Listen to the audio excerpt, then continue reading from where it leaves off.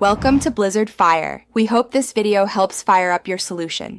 In this video, I will show you how to make delicious fish egg pakora. This popular snack is surprisingly easy to prepare at home, offering a delightful blend of textures and savory flavors.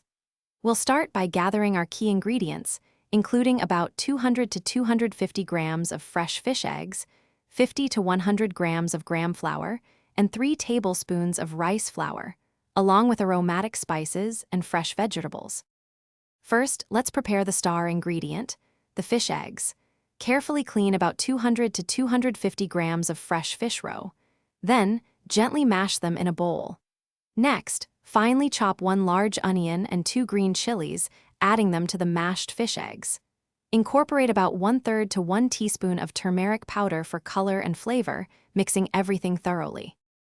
Now, let's create our flavorful batter.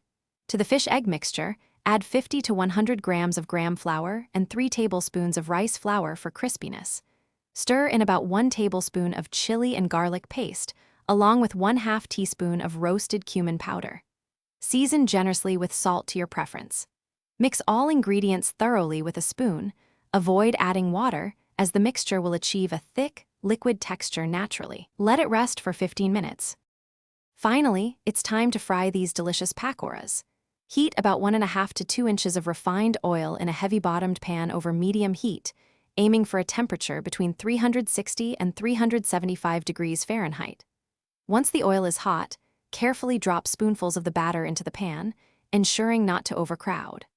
Fry for about 4 to 5 minutes, turning them until they are beautifully golden brown and crispy. Drain on a wire rack to remove excess oil, then serve hot with a tangy green chutney. Thanks for watching. If you found this helpful, don't forget to like and subscribe.